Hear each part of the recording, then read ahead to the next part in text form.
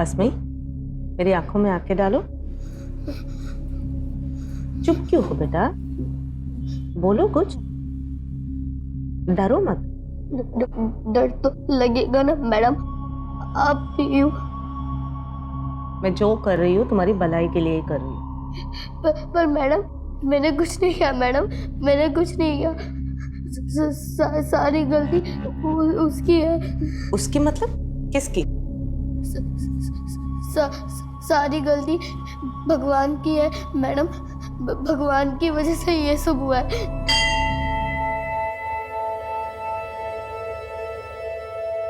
ऐसे क्या देख रहे हो बिना पलक झुककर? आपसे नहीं मांगूंगी तो किससे मांगूंगी? जवाब तो कभी दोगे नहीं, लेकिन जो मांगा है वो तो देना पड़ेगा ना। धमकी नहीं दे रही हूँ, प्रार्थना कर रही हूँ, सुननी तो पड़ेगी। 40 आके 25 दिन पूरे हो गए, बस 15 बाकी है। अब आपको मेरी दादी को भी ठीक करना है और हमें अमीर भी बनाना है।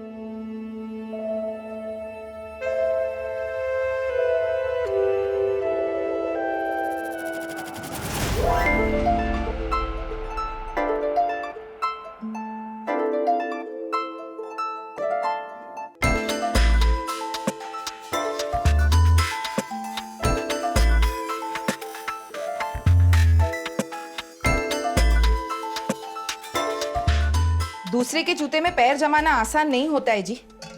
आपकी पुरानी वाली नौकरी ही अच्छी थी, आप उसके कहे पर मत जाइए, अपने हालात के हिसाब से चलिए कौशल जी। मैंने सब हिसाब लगा लिया है फरीदा। तरक्की का पहाड़ चढ़ना है तो जूते भी उसी हिसाब से पहनने पड़ेंगे।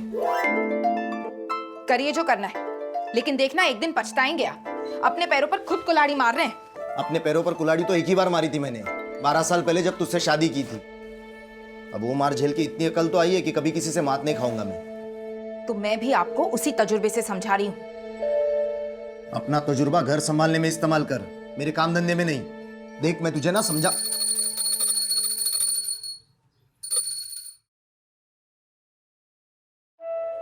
अरे अस्मी, सुबह से कहाँ गायब थी?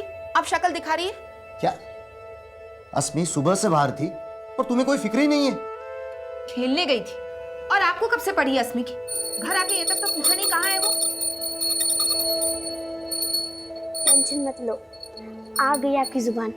बोलो क्या चाहिए? कुछ नहीं चाहिए?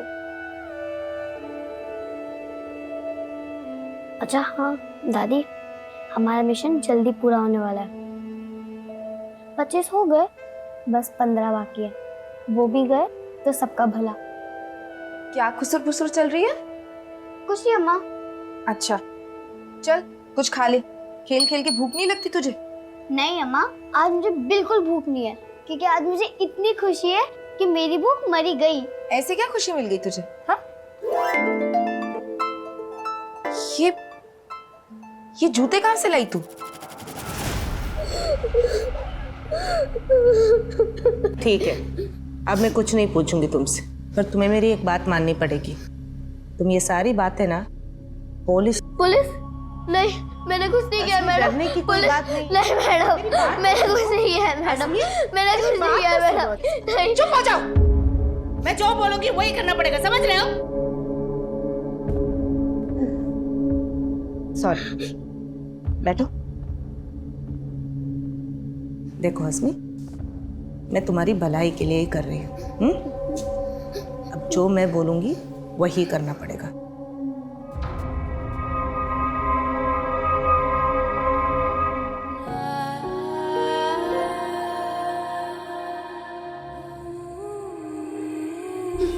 देखो, हमारे बीच में जो भी बातें हुई वो अभी किसी से मत डिस्कस करना। मैं अभी आती हूँ।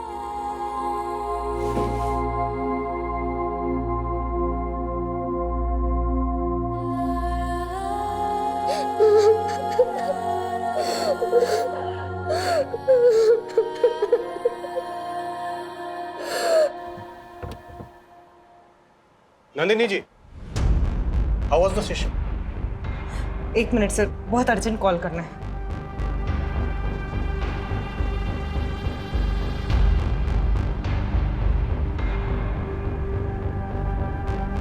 मैं एलएनसी पब्लिक स्कूल में रेगुलर सेशंस करती हूँ। आज एक बच्ची का काउंसलिंग कर रही थी अस्मी। जब काउंसलिंग कर रही थी जो सच्चाई पता चला उससे मैं दंग रह गई।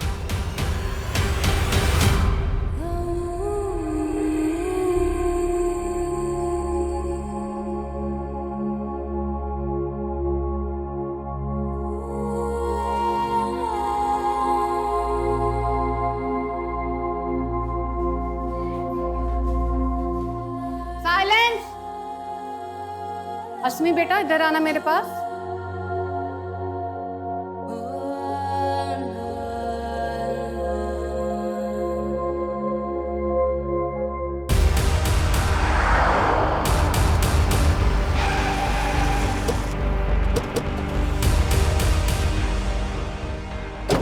हेलो सर, मैं नंदिनी सुरवाना। मैंने ही आपको फ़ोन किया था। वो बच्ची अस्मी कहाँ है? अब वो अपने क्लासरूम में है सर। मैंने उसको समझा दिया कि वो किसी से कुछ ना कहे। मैंने स्कूल अथॉरिटीज़ को भी कुछ नहीं बोला है। एक्चुअली मुझे लगता है अथॉरिटीज़ में ही कोई कल्प्रिट हो सकता है। स्कूल अथॉरिटीज में? जी, कोई एक नहीं है सर। अस्मी बोल रही थी उसके ऊपर 25 से भी ज़्यादा लोगों ने शोषण किए। What? छोटी बच्ची पर 25 से ज्यादा लोगों ने शोषण किया? जी।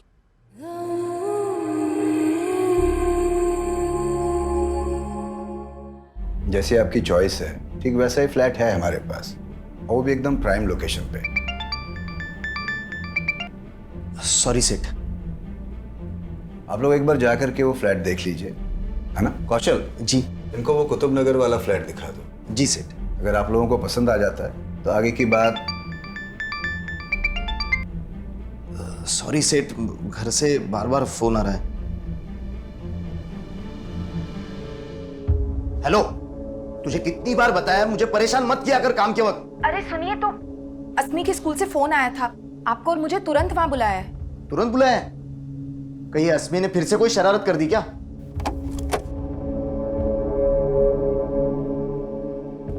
अस्मी, बैठो। आपने मुझे जो जो बोला है ना वो सब ये अंकल को बता दो। डरो मत। बोलो बेटा। को डरने की जरूरत नहीं। हम यहाँ पर आपकी मदद करने आए। आप हमें सब कुछ सच सच बताओ। मुझे घर जाना है। मुझे घर जाना है। आपको घर जाना है ना? अम्मा पापा के पास है ना? तो उनको तो हमने यही बुलवा लिया है। अभी आपसे मिलवा देंगे उनको। लेकिन पहले आप हमें बताओ कि आपके साथ क्या गलत हुआ, किसने गलत किया, कौन थे वो लोग, क्या नाम है?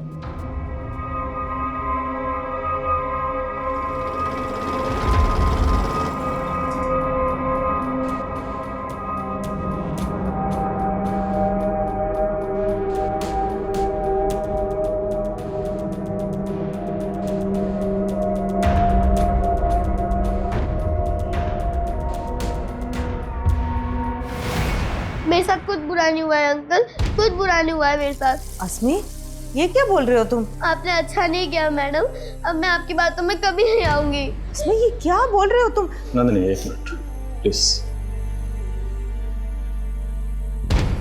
अस्मी बेटा, क्या ये सच है? नंदिनी मैडम ने हमें बताया कि आपने उनसे कहा है कि आपके साथ एक दो बार नहीं कई बार गलत हुआ, कई लोगों ने गलत किया। क्या ये सच है? आपने ऐसा कहा? नहीं अंकल, नंदिनी मैडम झूठ कह रही है। सर शायद वो डर गई है। आप सच क्यों नहीं बोल रहे हो बेटा? मैं झूठी नहीं हूँ अंकल, मैडम ने आपको झूठ बोला है। मेरे साथ कुछ बुरा नहीं हुआ है, मैं सच कह रही हूँ।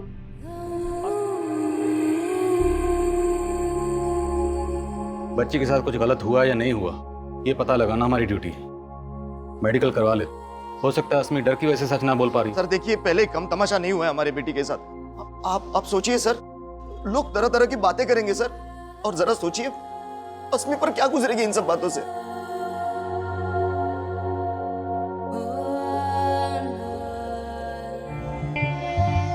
ठीक है कौशल, आप अस्मी को घर ले जा सकते हैं। जी सर।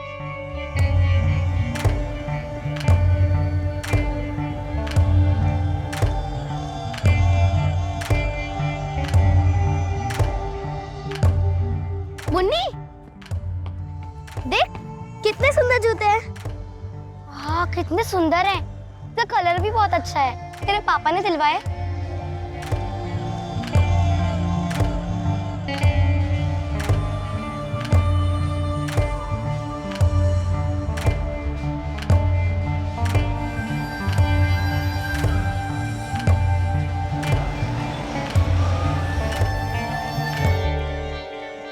क्या सोच रहे हैं सर? क्या इसमें सच बोल रही है? झूठ। और काउंसलर नंदिनी झूठ क्यों बोलेगी? सर लेकिन सोचने वाली बात यह है कि नंदिनी को एक अनजान आदमी कॉल करता है और अस्मी का नाम लिए बिना वो इस स्कूल के किसी स्टूडेंट के लगातार शोषित होने की बात करता है। हेलो। आप नंदिनी स्वर्णा मैडम बोल रही है ना? हाँ जी, आप कौन? देखिए, अपना नाम तो मैं आपको नहीं बता सकता। नाम नहीं बता सकता? तो मुझे फोन क्यों किया? क्योंकि आप LNC पब्लिक स्कूल के बच्चों को ग्रुप काउंसलिंग देने जाती है ना। उस ग्रुप में एक बच्ची ऐसी भी है जिसका काफी लंबे टाइम से शोषण हो रहा है। क्या? किस बच्चे के बारे में बात कर रहे हो आप? अब ये तो आपको ही पता लगाना होगा मैडम। हेलो। और सर, नंदिनी इतने सारे स्टूडेंट्स में सिर्फ अस्मी को फिगर आउट करती है। पिछले सेशन में मैंने एक टॉपिक डिस्कस की थी, गुड टच और बैड टच। याद है आप सबको? अच्छा, आज तक उस सेशन के बाद किसी ने बैड टच महसूस किया है?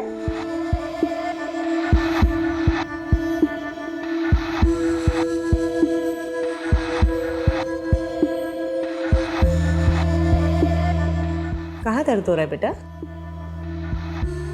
दर्द? नहीं मैडम, मुझे कोई दर्द नहीं हो रहा। सर हो सकता है नंदिनी को कोई गलतफहमी हुई हो। तुम कहना चाहते हो कि किसी कॉलर ने नंदिनी को फ़ोन करके ये बताया कि आपके स्कूल की किसी बच्ची का शोषण हो रहा है, और नंदिनी को ये गलतफहमी हो गई कि वो बच्ची अस्मी है, जबकि हो सकता है कि वो बच्ची इसी स्कूल की कोई दूसरी बच्ची हो सकता है सर। पॉसिबल नहीं है मनीष, क्योंकि नंदिनी ने न सिर्फ ये कहा कि अस्मी ने उसको शोषण के बारे में बताया, बल्कि वो दावे के साथ ये भी कह रही है कि अस्मी ने उसको यहाँ तक बताया कि शोषण करने वाले 25 से ज़्यादा लोग थे। हमें सबसे पहले उन लोगों को ढूंढना होगा जो उस मासूम बच्ची का शोषण कर रहे थे, और उन्हें ढूंढने का जरिया है वो कॉलर जिसने नंदिनी को कॉल किया था। सर अगर आपका यही मानना है तो फिर हमें अस्मी का मेडिकल जल्दी करवा लेना चाहिए। हाँ, लेकिन अस्मी के बयान और उसके माँ बाप की मर्जी के बिना मेडिकल की परमिशन लेना आसान नहीं होगा। हमें पहले अस्मी के माँ बाप को कन्विंस करना होगा। सर अस्मी के आस पड़ोस और उसके दोस्तों में बात करके देखें, शायद कोई हिंट मिले। पता कर मनीष, अभी तक इस बात के बारे में स्कूल के प्रिंसिपल, नंदिनी और अस्मी के माँ बाप के अलावा किसी को नहीं पता। बच्ची का मामला है तो जो भी करो थोड़ा एहतियात के साथ। Right sir. अस्मी, अब रोने से क्या होगा? ऐसे तो ये सब हुआ नहीं होगा। तूने उस मैडम को क्या बोला जो उसने इतना बड़ा हंगामा खड़ा कर दिया? अम्मा, वो मैडम बहुत चालाक है, मुझे भूल बोल कर परेशान कर दिया। अरे पर तूने उस मैडम को बोला क्या? बोल। पापा, मैंने उस मैडम को कुछ नहीं बोला। हाँ। वो झूठ बोल रही थी। अम्मा, मालूम है तुमको भी सब कुछ जानना है, लेकिन अभी तुम्हारी घंटी का जवाब देने की हालत में नहीं है हम। हाँ बेटा तुम। अरे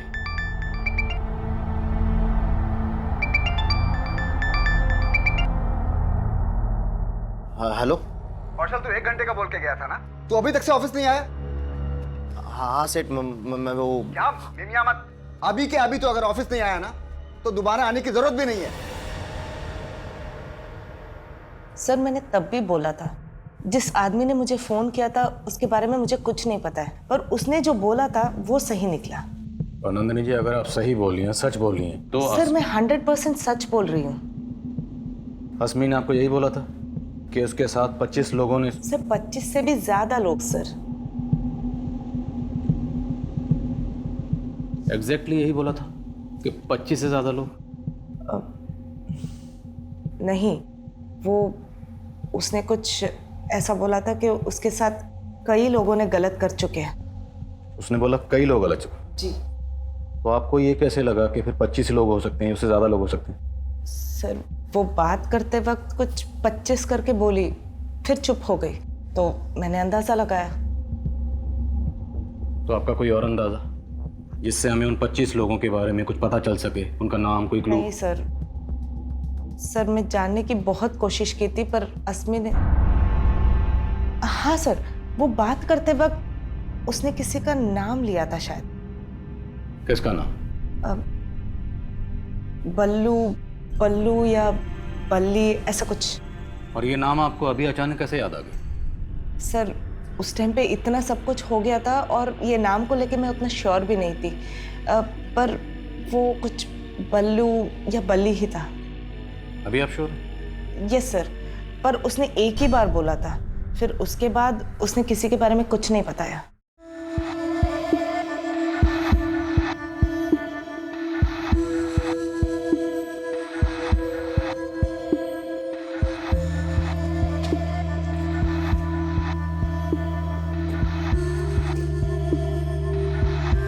अरे मुन्नी,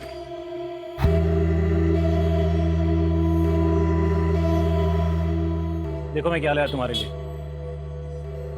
चॉकलेट।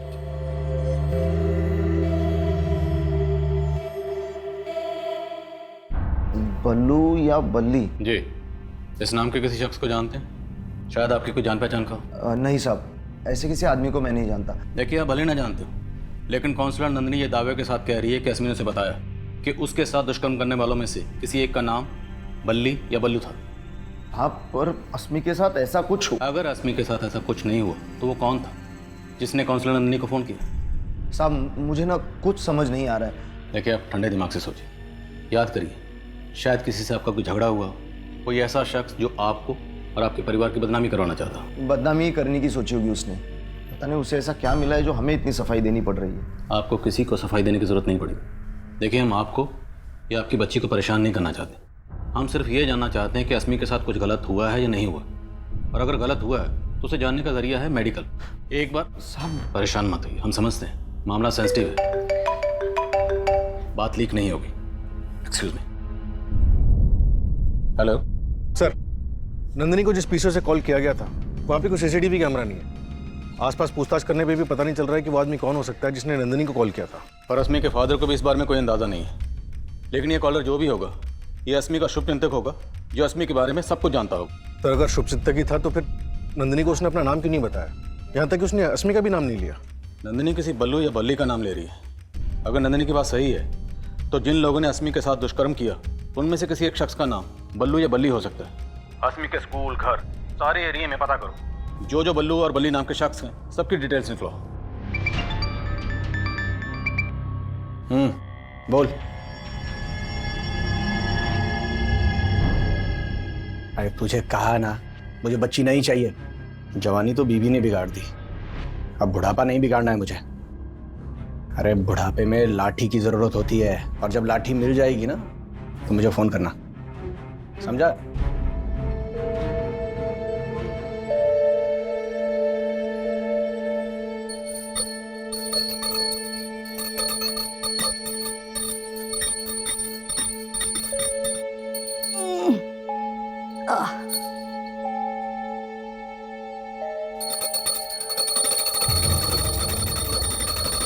दादी, आप मेरी फिक्र मत करो, आप अपनी सेहत पर ध्यान दो, मैं ठीक हूँ।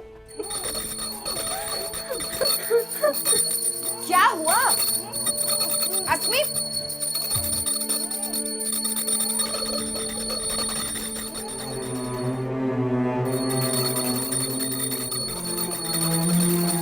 अम्मा, सिर्फ आप ही नहीं है अस्मी की फिक्र करने को, मैं भी उसकी अम्मा हूं।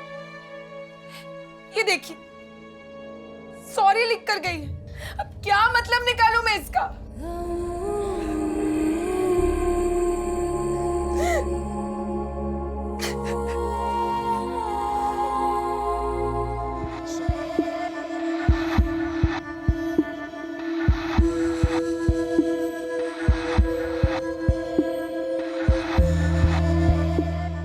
जी नहीं, फिलहाल अस्मी ने कुछ एक्सेप्ट नहीं किया है, लेकिन नंदिनी ने जो किया है वो।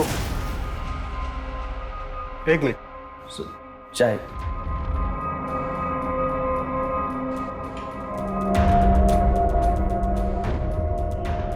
पुलिस अस्मी के स्कूल, घर, मोहल्ले, हर जगह बल्लू और बल्ली नाम के आदमी का अस्मी से कनेक्शन ढूंढ रही थी।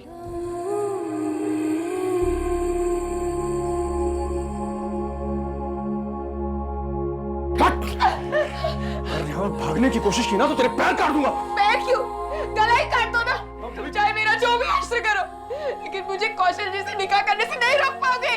कौशल से निकाह करेगी? कौशल से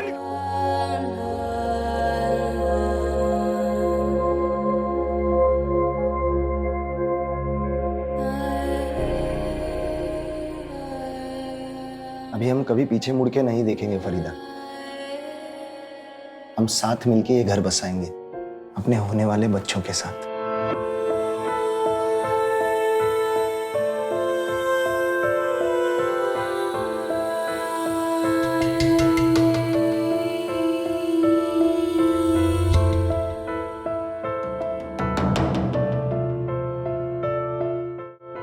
क्या सोच रही हो? वही सोच रही हूँ जो पिछले 12 सालों से मेरा कलेजा काट रहा है। क्यों देखे थे हमने वो सपने? वो सपने नहीं होते तो हस्बी। देखो, जो बीत गया उसे याद करके हम आज नहीं बदल सकते। हर अंजाम के बाद एक नई शुरुआत करनी पड़ती है। हिम्मत से काम लो। पुलिस हमारे और अस्मी के साथ है। अस्मी का मेडिकल करवा लेते हैं। सर, फिलहाल ऐसा कोई बल्लू या बल्ली नहीं मिला है जिसका अस्मी के साथ कोई कनेक्शन हो, लेकिन कौशल के पड़ोसियों से खबरी ने एक इन्फॉर्मेशन निकाली है। फिर उसी स्त्री वाले ने बताया कि एक आदमी अस्मी, फरीदा और कौशल के बारे में पूछ रहा था। भाई साहब, ये लड़की वही है ना जिसके माँ बाप अलग अलग धर्म से हैं? वो आदमी कौन हो सकता है, फिलहाल इसका कोई लीड नहीं मिला। हो सकता है कि वो नंदिनी को कॉल करने वाला कॉलर हो या फिर अस्मी के साथ दुष्कर्म करने वाला। पर ये जो भी था, वो फरीदा और कौशल के अलग अलग मजहब होने के बारे में क्यों पूछ रहा था? इस बारे में फरीदा और कौशल से बात की? नहीं सर, फिलहाल उनसे कोई बात नहीं की है। लेकिन सर, उस स्त्री वाले ने एक और बात बताई है।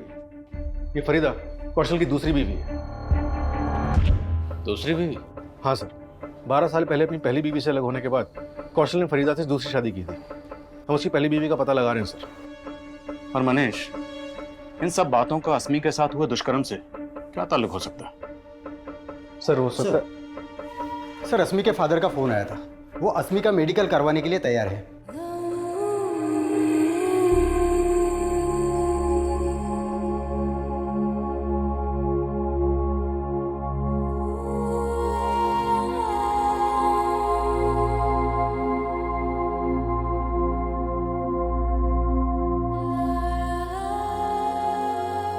सर, अस्मी सेक्सुअली एक्टिव है, वो भी काफी लंबे टाइम से।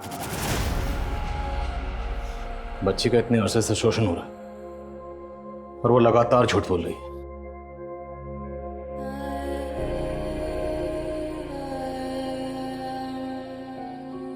अस्मी बेटा,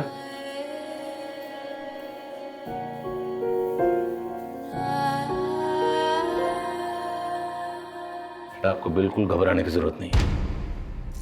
हम हैं ना आपके साथ। बिल्कुल डरने की जरूरत नहीं है आपको। हम हैं ना, डरो मत। बताओ, आपके साथ ये सब किसने किया? नंदिनी मैडम को क्या नाम बताया था आपने?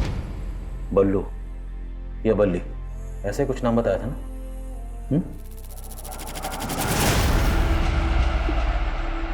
जो होना था हो गया, लेकिन अब तुम ये बातें किसी और को नहीं बताओगी,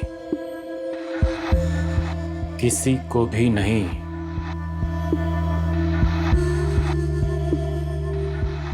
अस्मी, बेटा डरो मत।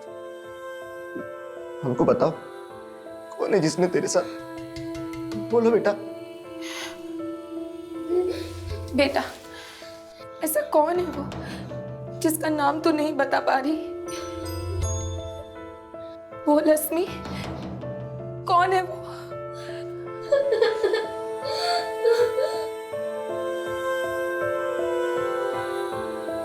आखिर अस्मी की चुप्पी की वजह क्या? आपको कुछ तो अंदाजा होगा, किसी पर तो शक होगा आपको। साहब, कुछ समझ में नहीं आ रहा। कौन होगा जिसने हमारे बच्चे के साथ ये सब? आपके घर के बाहर जो गणेश है स्त्री वाला, कुछ दिन पहले वहां एक आदमी आपकी बेटी अस्मी के बारे में पूछ रहा था।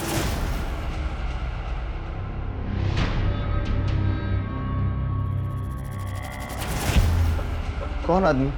और ये तो गणेश भी नहीं जानता, लेकिन वो जो भी था, वो इतना जरूर जानता है कि शादी से पहले आपका और आपकी बीवी दोनों का मजहब अलग था।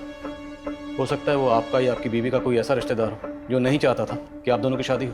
साहब, ऐसे तो फरीदा के भाई को एतराज था हमारी शादी से, लेकिन उनकी तो डेथ हो गई है। और आपकी पहली बीवी, उसे कोई एतराज नहीं था, आप उसे छोड़ के फरीदा से शादी कर रहे थे। साहब, सरिता से मैं डिवोर्स ले चुका हूँ। डिवोर्स की वजह जान सकता हूँ? अब हमारे बीच बनती नहीं थी।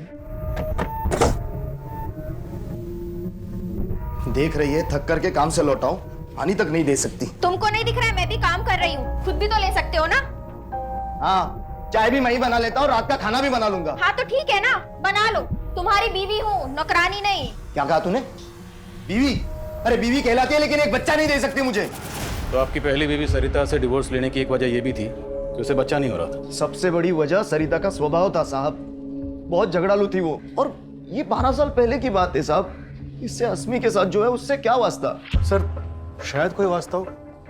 वो आदमी जिसके बारे में गणेश बता रहा था, हो सकता है कौशल की पहली बीवी के साथ उसका कोई ताल्लुक हो। उस आदमी को ढूंढना तो पड़ेगा, और उस कॉलर को भी जिसने काउंसलर नंदिनी को फोन किया था। वो वाकई अस्मी का शुभचिंतक है, जिसे शायद पता है कि अस्मी के साथ ये दुष्कर्म किसने किया था। सर लेकिन कॉलर को ढूंढने का कोई जरिया भी तो नजर नहीं आ रहा। मनीष, जरिया ढूंढना पड़ेगा, क्योंकि कोई एक बल्लू या बल्ली नहीं है, 25 से ज्यादा लोग हैं जिन्होंने बच्ची के साथ दुष्कर्म किया। और ये कोई भी हो सकता है, अस्मी के मोहल्ले, रिश्तेदारों में, स्कूल में से कोई भी हो सकता है। घुस जाओ और पता लगाओ सबका। मैं काउंसलर नंदिनी से मिलता हूँ, शायद उससे कोई क्लू मिले। सर, उस दिन जब मैं अस्मी से बात कर रही थी, वो एक ऐसी चीज बोली जो बहुत अजीब था। क्या बोला उसने? पहले तो लगातार बोल रही थी इन सब चीजों में उसकी कोई गलती नहीं है, फिर बाद में अचानक से उसने एक चीज बोला, सारी गलती भगवान की है। भगवान की गलती? हाँ सर, मैंने कोशिश की ये जानने के लिए उसने ऐसा क्यों बोला, पर उसने कुछ नहीं बताया। एक मासूम बच्ची है जिसके साथ 25 से ज्यादा लोग दुष्कर्म कर रहे थे, उस गलती को भगवान की गलती क्यों बोलेगी? सर पूछताछ में ये भी सामने आया कि अस्मी अक्सर एक मंदिर जाया करती थी। मंदिर? सर अस्मी के स्कूल में एक पियोन है जिसका नाम बल्लेश्वर है, और पता चला कि उसके घर वाले उसे बल्ली भी कहते हैं।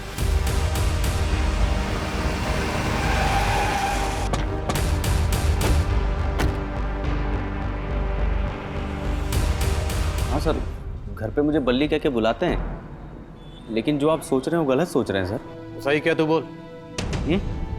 तेरे डर की वजह से अस्मी चुप है ना? सर आप गलत सोच रहे हैं, मैं वो नहीं हूँ। सही बोल रहा है, क्योंकि तू अकेला नहीं था, तेरे साथ और भी बहुत लोग थे। कौन थे बोलो? मुझे क्या पता साहब, मैं बेकसूर हूँ सर।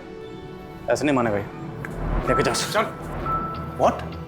आपके स्कूल की एक बच्ची का शोषण हो रहा है, और लंबे अरसे से हो रहा है, लेकिन आपको कोई आइडिया नहीं कौन रिस्पॉन्सिबल है।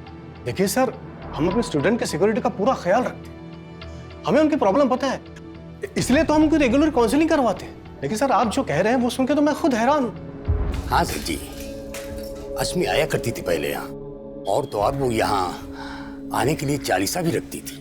40 आके 25 दिन पूरे हो गए, बस 15 बाकी है। अब आपको मेरी दादी को भी ठीक करना है और हमें अमीर भी बनाना है। फिर अचानक से उसने यहाँ आना छोड़ दिया। यहाँ आना छोड़ने की कोई और वजह तो नहीं है पुजारी जी? कोई और वजह?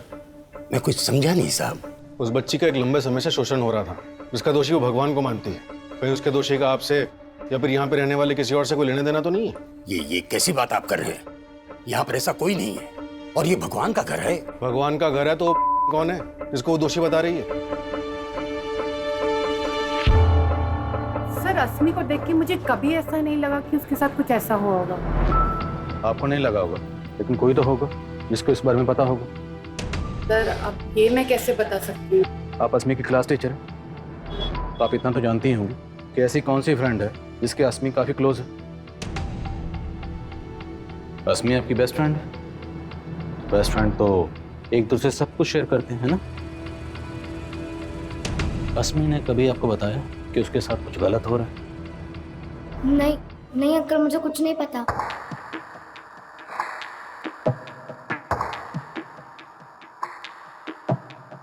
मुझे शक है ये मुन्नी जरूर कुछ छुपा रही है। पता करो मेरा शक कितना सही है।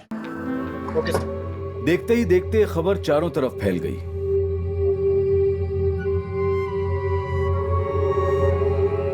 पूरे देश में हलचल का माहौल पैदा कर दिया था।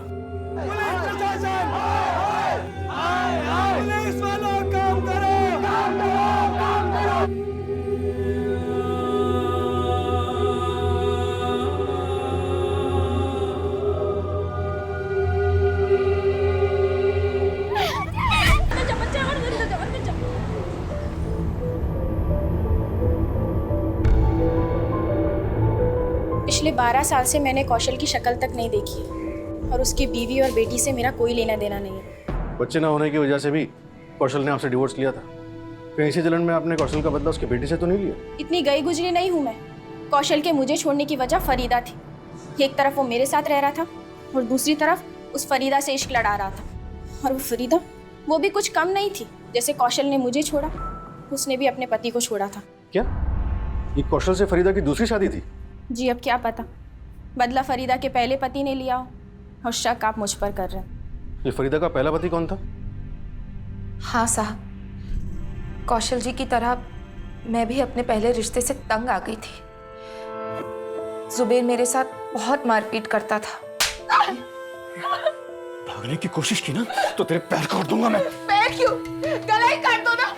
तुम चाहे मेरा जो भी हासिल करो, लेकिन मुझे कौशल से निकाह करने से नहीं रोक पाओगे। कौशल से निकाल देगी, कौशल से निकाल देगी। बड़ी मुश्किल से मैंने जुबेर को छोड़ा। तो छोड़ने के बाद आप लोगों को कभी ऐसा नहीं लगा कि जुबेर इसका बदला ले सकता? साहब 12 साल पुरानी बातें हैं। पर जुबेर आया था। हमने आपके घर के सामने जो स्त्री वाला गणेश, उससे पूछा, उसने कंफर्म किया।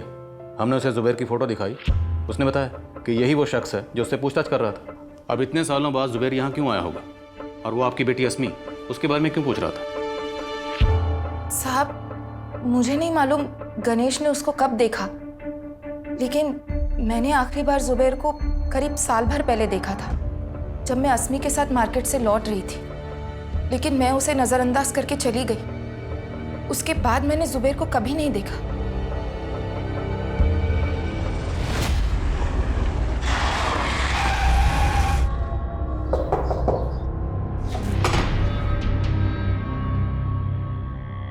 जी सर, वहाँ तो मैं अपने काम से गया था। मुझे तो पता भी नहीं था फरीदा वहाँ रहती है। अचानक मेरी नज़र उस पर पड़ी, लेकिन तू फिर भी वहाँ गया? सर मैंने कहा ना, मैं काम के सिलसिले में वहाँ बार बार जाता रहता हूँ। अगली बार जब गया तो मैंने उस लड़की को देखा, तो मैंने उसके बारे में पूछ लिया। सिर्फ पूछा ही नहीं, तूने कौशल और फरीदा से बदला लेने के लिए उनकी बेटी अस्मी के साथ दुष्कर्म करने का प्लान भी बनाया। कैसी बात कर रहे हैं सर? जिस दुष्कर्म का इल्जाम आप मुझ पर लगा रहे हैं, कौशल तो उसे मेरी बेटी समझता है। तेरी बेटी? हाँ सर, अगर उसमें बच्चा पैदा करने की हिम्मत होती ना तो पहली बीवी से कर लेता। सर आप बेकार का इल्जाम मुझ पर लगा रहे हैं सर। मैं तो आज भी अनाथ का बाप बनके बच्चा गोद लेने की कोशिश कर रहा हूँ। साहब कौशल जी ने कभी ऐसा शक नहीं किया मुझ पर। अब तो मुझे भी पक्का लग रहा है कि जुबेर हमसे बदला लेने के लिए ऐसी बातें कर रहा है। कहीं ये जुबेर हमको घुमा तो नहीं रहा? उठा के तोड़े सर उसे, हो सकता है। सर अस्मी की फ्रेंड मुन्नी के बारे में हमने पता किया। मुन्नी का उसके फादर के अलावा कोई नहीं है। और सर कुछ दिन पहले तक अस्मी मुन्नी के घर में आया जाया करती थी, लेकिन अभी नहीं आती। तुम कहना चाहते हो कि मुन्नी अगर कुछ छुपा रही है तो अपने फादर की वजह से छुपा रही है? मैं स्कूल जाऊंगी तो पुलिस अंकल फिर से वही सवाल पूछेंगे, इसलिए अब मैं स्कूल ही नहीं जाऊंगी पापा। नहीं मुन्नी, तुम स्कूल जाना नहीं छोड़ सकती। तुम्हें डरना नहीं है, हिम्मत से काम लेना है, समझी?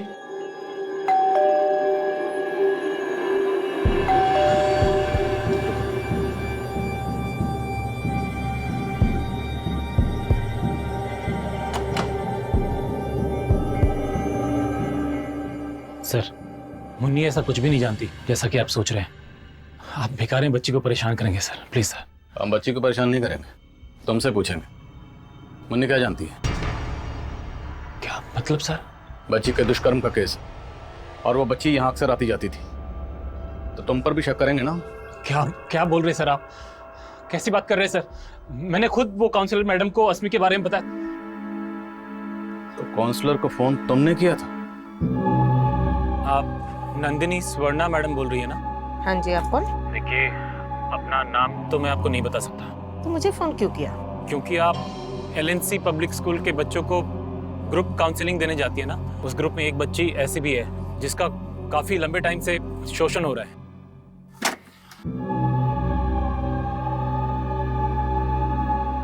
मैंने जानबूझ के अपना नाम नहीं बताया था क्योंकि मुझे लगा वो सब बातें उठेंगी तो फिर मुन्नी को भी आपके सवालों के जवाब देने होंगे सर। इसका बुरा असर पड़ता उस पर। मैं नहीं चाहता था सर।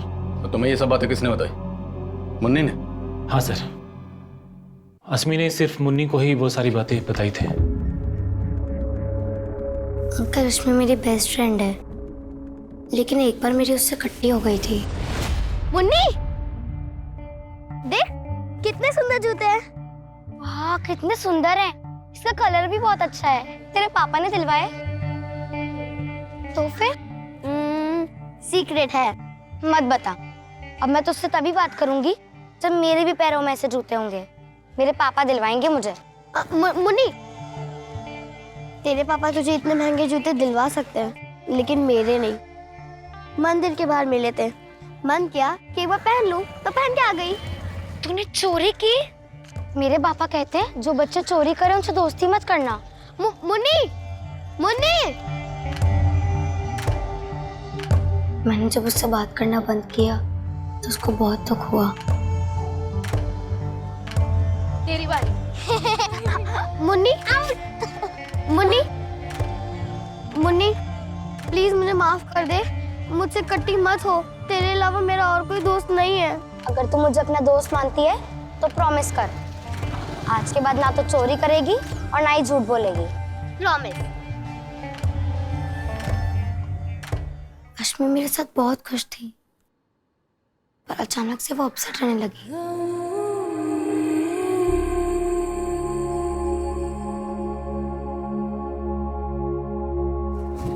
आसमी, तूने तो बोला था तू मेरी बेस्ट फ्रेंड है, पर तू तो आजकल मेरे साथ खेलती भी नहीं है। अगर मैं खेलती हूँ तो मुझे दर्द होता है। दर्द होता है? कहाँ? तूने प्रॉमिस किया था कि तू मुझसे कभी भी झूठ नहीं बोलेगी। बोलना, कहाँ दर्द होता है? फिर अस्मी ने अपनी तकलीफ के बारे में मुन्नी को बताया और मुन्नी ने मुझे बताया। सर पहले तो समझ में नहीं आया मैं अस्मी की मदद कैसे करूं। फिर मुझे ध्यान आया कि नंदिनी जी तो उसी स्कूल में काउंसलिंग के लिए रेगुलरली जाती है, इसलिए सर मैंने उनको फोन करना ठीक समझा। मुन्नी, आप और अस्मी बेस्ट फ्रेंड है ना? तो बेस्ट फ्रेंड तो एक दूसरे से झूठ नहीं बोलते, है ना?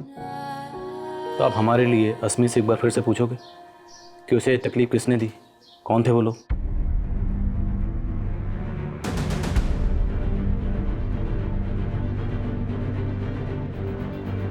अस्मी ने इतनी सी उम्र में क्या कुछ नहीं झेला, ये सोचकर किसी की भी रूह कांप जाए। लेकिन पुलिस के लिए अब भी यह पहेली थी कि अस्मी के गुनहगार आखिर कौन थे।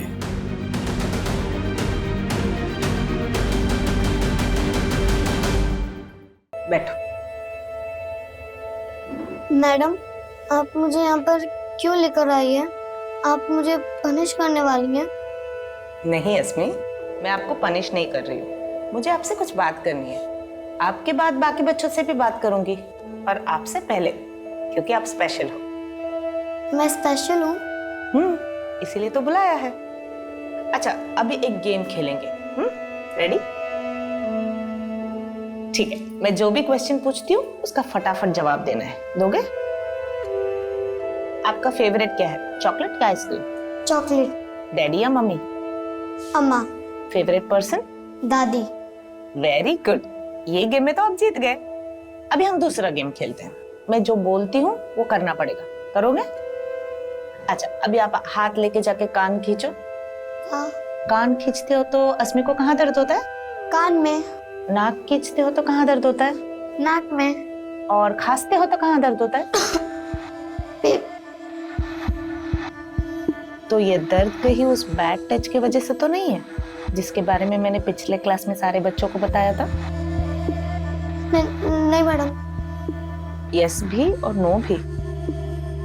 मतलब ये दर्द उस बैड टच की वजह से है, पर आप मुझे बताने से डर रहे हो, है ना? देखो, मैं आपको एक सीक्रेट बताती हूँ। अगर आप मुझे सब कुछ बता दोगे ना तो मैं किसी को नहीं बोलूंगी। और आप मुझे नहीं बताओगे तो मुझे आपके मम्मी पापा से बात करना पड़ेगा। नहीं मैडम, उनको मत बताना, उनको कुछ भी मत बताना। तो आप मुझे बता दो वो कौन है। अस्मी, जैसे स्ट्रांग होके तुम ये दर्द सह रहे हो ना, वैसे स्ट्रांग होके मुझे उनका नाम बता दो। नहीं तो मैं जाके बल्लू बल्ली, बल्लू बल्ली अंकल। कौन है ये अंकल? कब से परेशान कर रहे हैं तुम्हें? क्लास 5 से।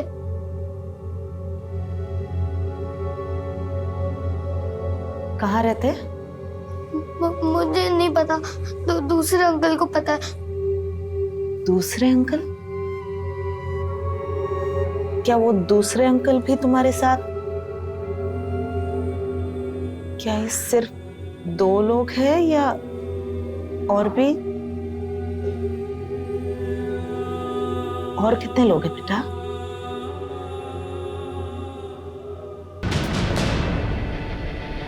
साहब बल्लू एक ही है साहब, और वो रोज आता था। बल्ली नाम का तो कोई भी नहीं है। साहब अशफाक सेठ की गलती है साहब। उसी ने मेरी बुद्धि खराब की। अच्छा खासा कंडक्टर का काम करता था, बोला स्टेट एजेंट बन के दुगना कमाऊंगा, और फिर मुझे पाई पाई के लिए मोहताज कर दिया उसने। सेठ 4 महीने हो गए, एक पैसे की आमदनी नहीं है, कुछ भी नहीं रहा मेरे पास। कौशल की पूरी कमाई कमीशन पे थी साहब, एक भी सौदा नहीं करवा पाता था। हालत इतनी खराब थी साहब कि घर पे खाने के लिए नहीं होता था। ये लो, खा लो, और अपने अशफाक सेठ को भी बुला लो दावत पर। पैसा तो चाहिए ना साहब, लेकिन पैसा देने के बजाय वो अपना उधार वसूलने के लिए मेरे घर पे आके हंगामा करता था। पहले कौशल की नौकरी छुड़वा दी, फिर उससे मजदूरी कराकर उस पर उधार चढ़ा दिया, और अब वही वसूलने आ गए हो। एक पैसा नहीं देगा कौशल तुम्हें। निकल जाओ यहाँ से। निकल जाऊंगा, और तुमसे पैसा भी नहीं मांगूंगा, लेकिन उसके बदले में तुम्हें भी मुझे कुछ देना होगा। साहब, जब मैंने कौशल को अशफाक की नीयत के बारे में बताया तो वो ऐसे निकले थे जैसे उसे मार ही डालेंगे। तू सेठ होगा इस दुकान का, लेकिन मेरी बीवी से ऐसे बोलेगा तो तेरा थोबड़ा बिगाड़ दूंगा मैं। अरे तू अपनी किस्मत बिगाड़ रहा है। तेरे को मैं सिर्फ ऊपर से पैसा ही नहीं दूंगा, तेरा सारा कर्जा माफ कर दूंगा। कौशल गए थे मेरी आबरू का बदला लेने, लेकिन खुद बिक गए। आप ऐसा बोलेंगे मैं कभी सपने में भी नहीं सोच सकती थी। सपने मैंने भी बड़े बड़े देखे थे फरीदा, पर अब खाने के लाले पड़े, और ऊपर से माँ की दवाई का खर्चा। अरे तो हाथ पैर सलामत है ना आपके, कोई और काम क्यों नहीं ढूंढ लेते आप? अरे कोई और काम कैसे ढूंढूं मैं? उन्होंने खुद से हार मान ली थी और मैं उनसे हार गई। मुझे मजबूर कर दिया था साहब। आए दिन मुझे अशफाक के पास जाना पड़ता था, और कौशल ने धीरे धीरे मेरे अपमान में ही अपनी आराम की जिंदगी ढूंढ ली थी। और जब अशफाक का मन मुझसे भर गया तो वो। अगर तेरे को 5000 चाहिए ना, अपनी बेटी को भेज देना। मैं इसके खिलाफ थी, लेकिन फिर हार गई। उस राक्षस के पास भेजने के लिए कौशल अस्मी को भी हमारी गरीबी का वास्ता देने लगा साहब। बेटा तू रोज भगवान से यही मांगती है ना कि दादी ठीक हो जाए और हम अमीर बन जाए। हाँ तो देखो, तुम हमारी इकलौती औलाद हो, और तुम्हारा फर्ज है कि तुम भी घर खर्च में और दादी की दवाइयों के खर्चों में हमारा हाथ बटाओ। लेकिन पापा, मैं हाथ कैसे बटा सकती हूँ? बताता हूँ।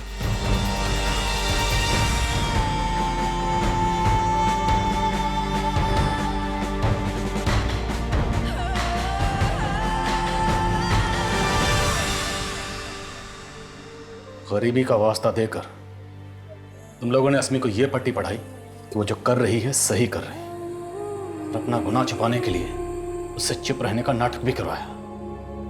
पर तुम्हें यह अंदाजा नहीं था कि अस्मी का दर्द बांटने वाली उसकी सहेली भी है, मुन्नी, जिसको अस्मी ने सब कुछ बता दी। उस मासूम बच्ची के जहन में तुमने जो उल्टी सीख भरी, उसे मिटाना कितना मुश्किल होगा इसका अंदाजा है तुम्हें? तुम मां हो ना उसकी, दोनों ने मिलकर उस बच्ची की जिंदगी बर्बाद कर दी।